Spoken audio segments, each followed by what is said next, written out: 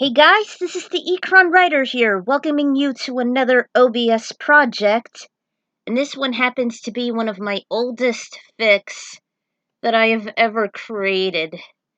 And this happens to be a crossover, well, sort of, kind of, crossover with the Fantastic Four, the film series, the infamous film series that started in 2005 and ended with Rise of the Silver Surfer, as well as the infamous Silver Surfer game for the NES. The search for Shalla-Bal. Ugh, breath is on. That old Marvel fic I used to make. Ooh. Out of all the old fics that I've done like 10 years ago, this is like one of the best out of the other one-shots and mini-series that I used to make when I was like 18, or more like when I was like 22-ish, 21, somewhere around there.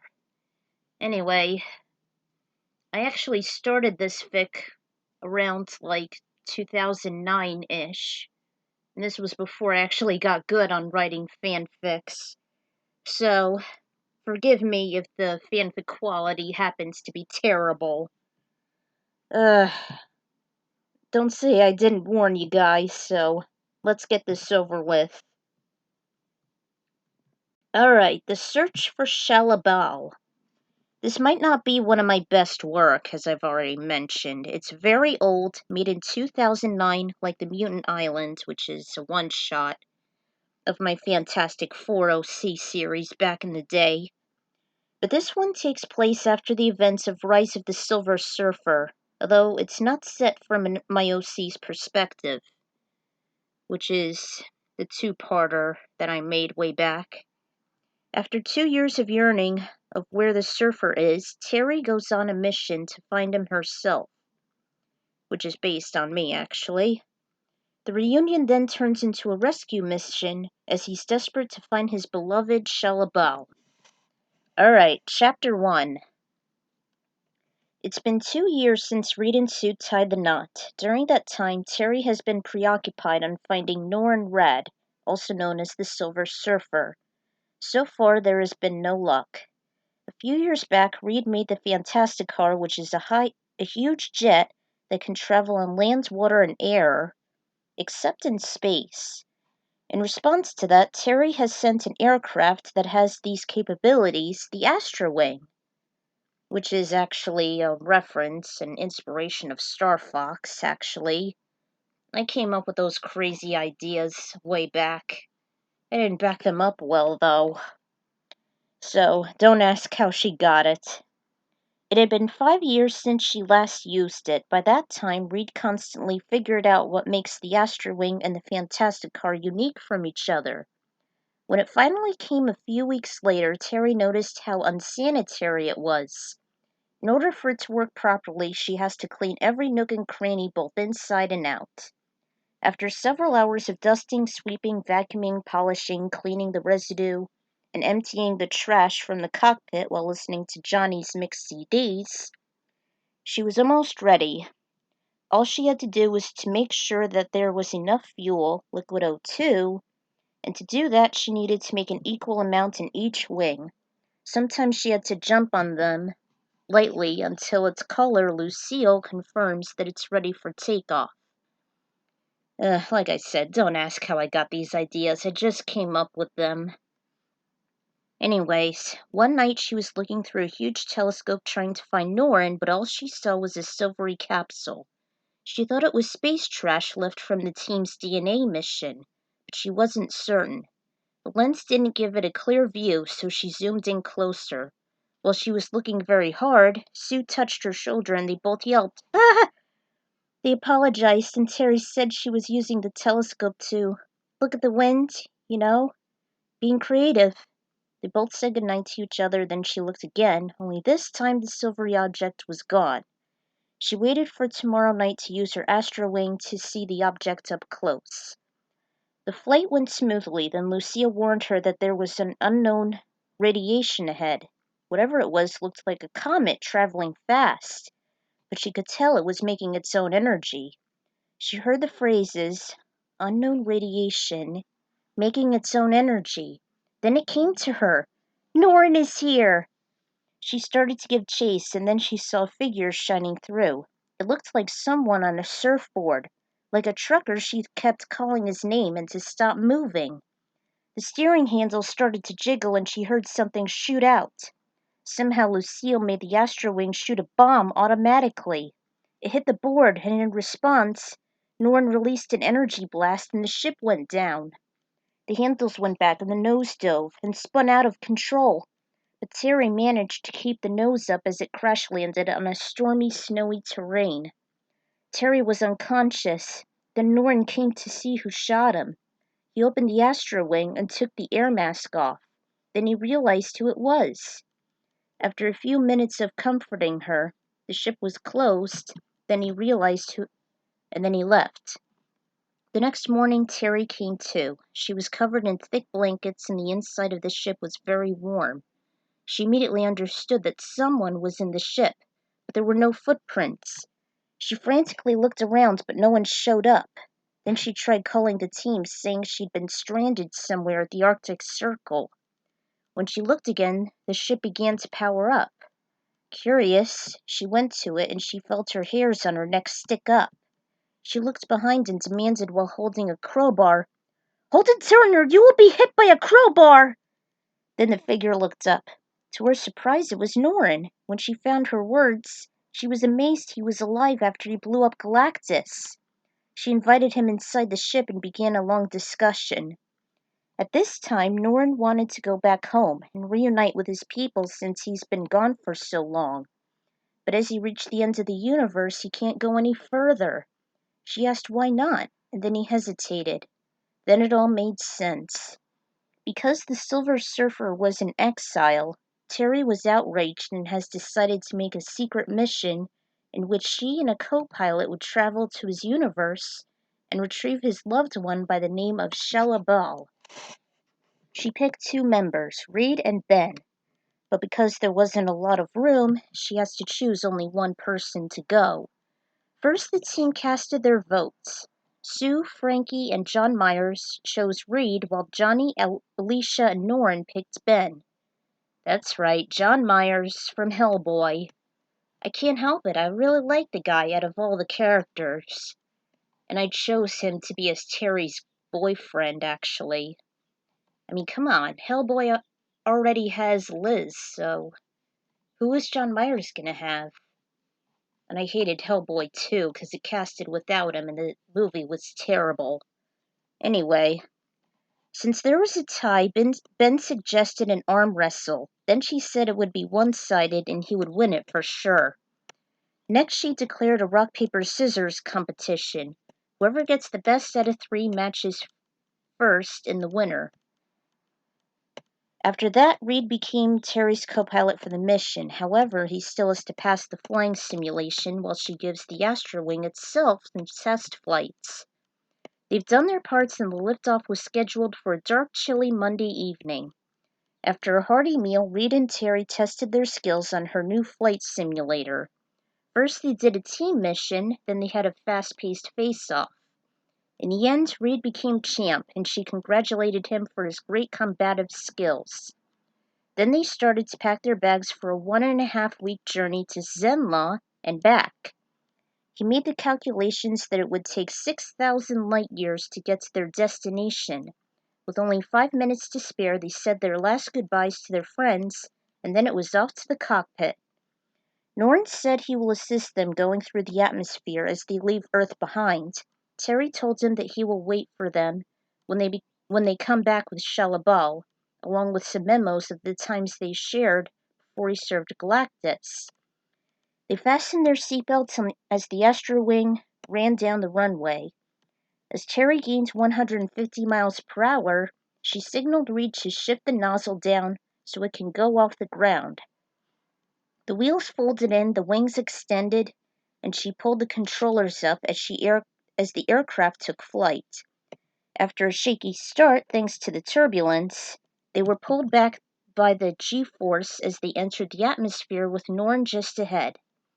A couple minutes later, everything started to become smooth and calm. Reed and Terri were all right, and she in awe looked out the side window to see the big blue planet close by. Norrin was waiting for them, and they started to follow him as they made their first foot on their perilous mission.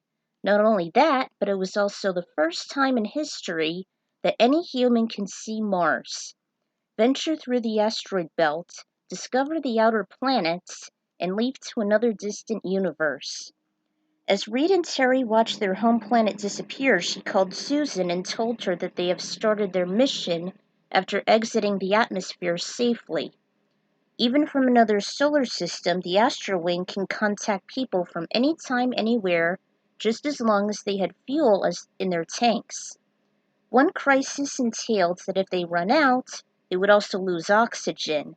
In case of an emergency, Terri organized a closet consisting of a 5-foot spacesuit and a pair of 6-inch magnetic boots, along with a 6-foot spacesuit and a pair of 7-inch boots.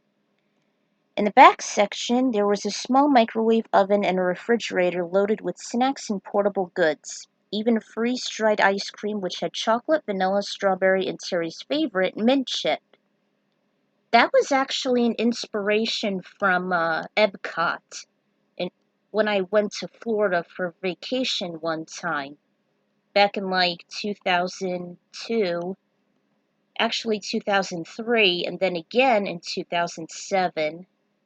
And I always liked the Epcot and the NASA rides, especially when it had that space theme, that NASA theme, and it had the freeze-dried ice cream, those little bits of it. They were kind of like marshmallows, but they were just as better. I miss those.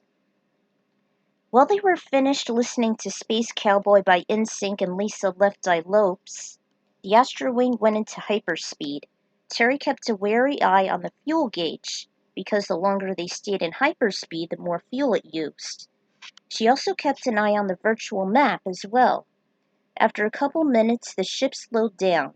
When the song ended, they were passing Norrin's new home, Mars. Terri wasted no time taking pictures from every angle with her little Fujifilm camera. She informed him that it is still underway on making it a better place as soon as most of the carbon dioxide, or CO, is removed, and that the algae is inserted to make more oxygen. When they passed Mars, it was time to hit the sack. They've called home and wished them a good night's rest now that they're away, and soon the others set it back. Then Reed took 2 sleeping bags out of his tote and stated that they were used for low gravity so that people can comfortably float around inside them when they rest. Next, the ship shut down, but it was still moving. The lights dimmed and the engines became quiet and faster. Reed and Terri were quite curious in how Norrin slept while he was Galactus's herald. The truth is, he didn't, so she asked him if he wants to sleep in the Astrowing. He said he would only use his board by going inside of it. This was actually inspiration from Ray Tracer, the web surfer in Reboot, how he always merges with his board at times. And I always found Ray Tracer to be inspired by the Silver Surfer himself. If you've seen Reboot, you'll see why. Anyway, they slept until the alarm sounded at 9 a.m. A brief breakfast was made as Terri announced what was yet to come. Lucille warned her that the astrobelt was less than a light year away, and that she had made the necessary arrangements for the dangerous encounter. The shields were up, the weapons were full, and the engines were steady.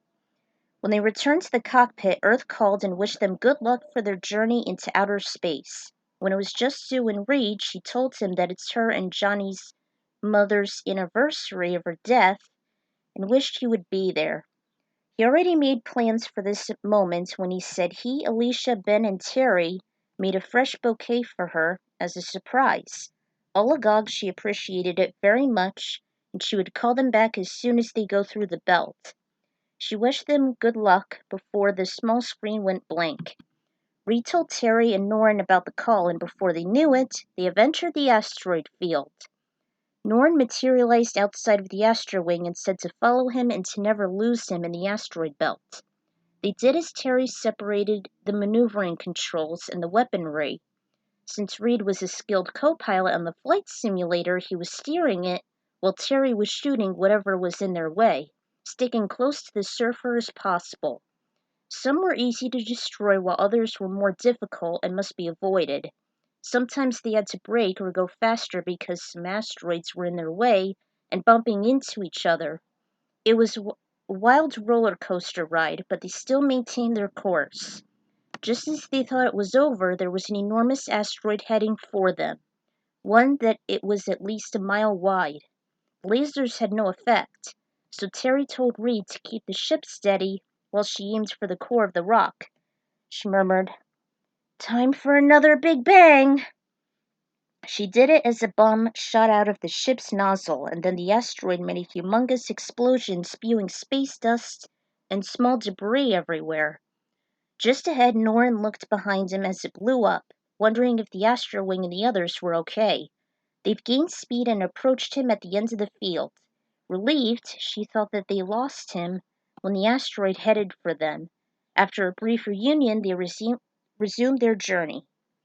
They've called Earth 5 minutes later, and she told them the Astro Wing went through the asteroid belt, and Reed's an amazing co-pilot.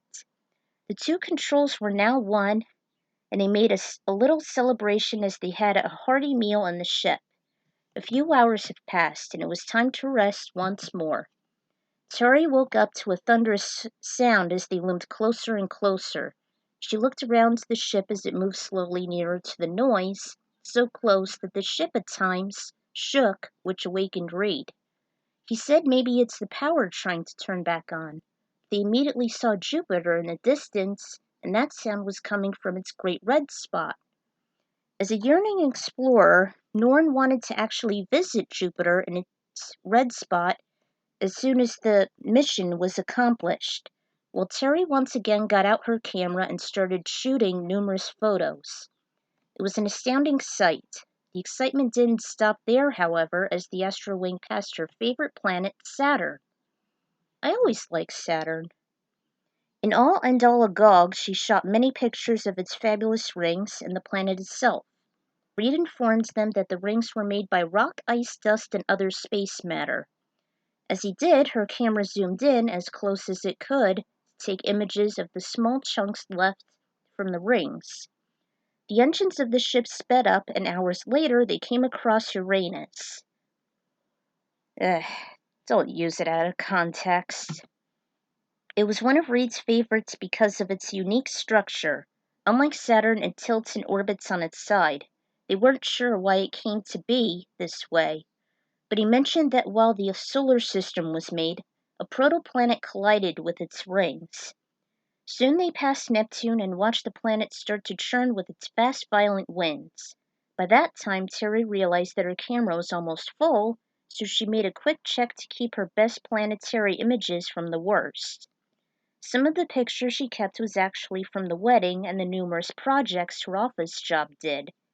Then she mentioned to Norrin that they were almost at the ends of the solar system, which he already knew. She said, "We just need to pass one more heavenly body, which was formerly the last planet, Pluto." It was 11:15 p.m. as they went by the dwarf planet, and as they did, she explained why it was no longer the final planet, but instead it was Neptune. She even mentioned that one time Neptune and Pluto actually switched places from each other. They've slept until there was a strange fuzzing noise coming from the outside of the Astro Wing. Then they realized that Norrin reached his limit. Frightened, Terri ordered Lucille to stop the ship before she crashed into him. Then there was a long silence as he sadly sat down on his board. With his voice caught in his throat, he stated it was up to them to finish the mission, head to Zenn-la, and find Shalla-Bal. While Terri was close to sobbing, she and Reed said they would make that promise, and he could wait for them on Earth. When the tears fell, they said goodbye. Reed and Terri left Norrin behind, and then he began to reminisce on all the times he shared with Shalla-Bal, while they looked at their memories they had. After that, they told the team about what just happened. While they were approaching the unknown universe, Terri had a nightmare. It took place in a dark, hot, devilish planet as the Astro Wing was tracking down Shalla-Bal. The heat was intense, and the Astrowing was constantly attacked by hidden monsters all around, but it still looked for Shalla-Bal. She was in the cockpit with Sue, Johnny, and Ben, who was human instead of in his usual rocked body. He explained that he changed due to the combinations of their powers and that Reed was outside of the ship. Then it was held down by a gravitational pull, and she saw an enormous demon-like creature attacking Reed in the Astrowing. It was losing the belt, and just as the ship was going to self-destruct from a final blow, Terri woke up with short, scared breaths. Still wide awake, Reed asked if she was all right, then she explained everything. She worried that Shalla-Bal might not be at Zenn-la, but rather in that horrid place. He assured her it was a dream, and he was hopeful that she'll be found safe, waiting for Norrin.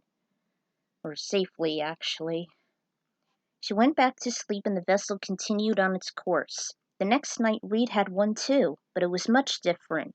The dream took place at the center of a rounded garden.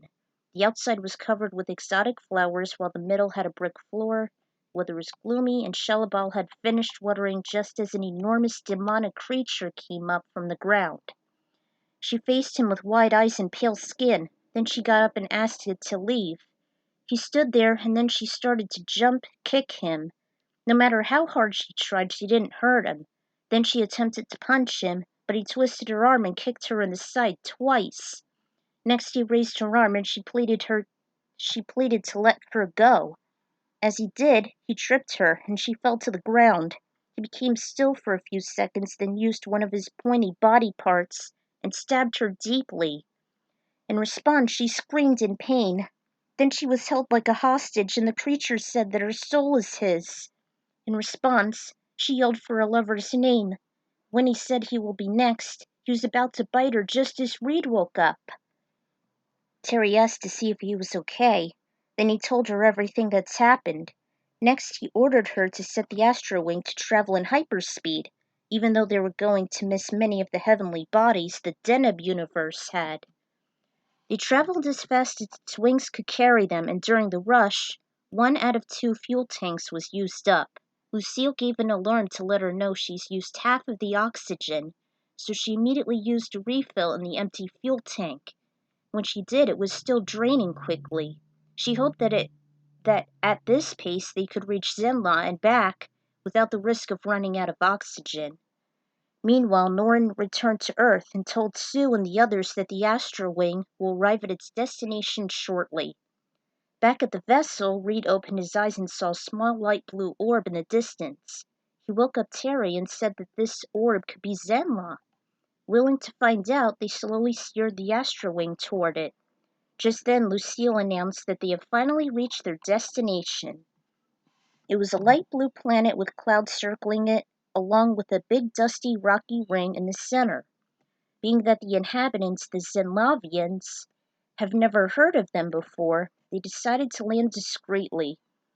The Astrowing had no trouble when it went through the atmosphere. In fact, it was much less toxic and thinner than Earth's atmosphere, though. But like their home planet, the environment was lush and very fertile. Much of the vegetation was able to grow twice as much as Earth's plants. And the creatures there looked and sounded a lot different, like as if they went back in time to see the dinosaurs reincarnated. Suddenly there was a high-pitched screeching noise and the Astrowing took a dip. It landed on top of a thick branch in one of the enormous thick sequoia trees. Terri stated, "I think we're here." They both looked down from the cockpit and they saw that they were still high above the ground. The trees were so high they could still see the clouds circling it. Slowly they brought the ship down on the unusually rich soil. Whew. She's finally on the ground again. They exited and stretched as they took in their new surroundings. Just then they heard guns being pointed at them. They were encircled by people in heavy artillery and air masks. One of the guys scowled. "Freeze! We have you completely surrounded!" They stepped in closer, and more of them emerged from the thickets with red beams shining at them. Then the same person said, "What have you done with the disappearance of Shalla-Bal? Answer me, or we'll shoot! You have disturbed the peace of the Zenn-lavians. Surrender now! Terri tried to convince the footmen that they have never been here. At a moment's notice, a silver-haired woman emerged and said, You can put all that stuff away, boys. You've heard them. They've never been here before. Always causing trouble, huh, Fanan? She apologized and introduced herself as Elmar, and so did Reed and Terri. Then she asked why they were here. They've explained that they had a mission from Norrin, her son. She told them to follow her to Shalla-Bal's place where she was last seen. When they approached an old big palace, they met a gray-haired man who said he was Norrin's father, Jartran. He knew someone would come and look for his son's lost love. They introduced themselves as he took them to the small place she was last seen at a circular garden. Reed asked Terri to gather all the memos Norrin had in the Astro Wing while he investigates on her whereabouts. Elmar assisted her. This is the place? Yes. This is where we found her body. What happened? After he left and served Galactus, she made this garden in her despair, and then she went missing just last night. Everyone was looking for her. They think she had been abducted. There were many cases, and every time this happened, they were never seen again. Reed asked if they had some kind of surveillance since he discovered that the planet was in high alert. Jartran said, They don't always have to use it to find victims. Sometimes we use premonitions. Reed became bitter, and he said it was nonsense that they could use their dreams as a guide for solving mysteries such as this.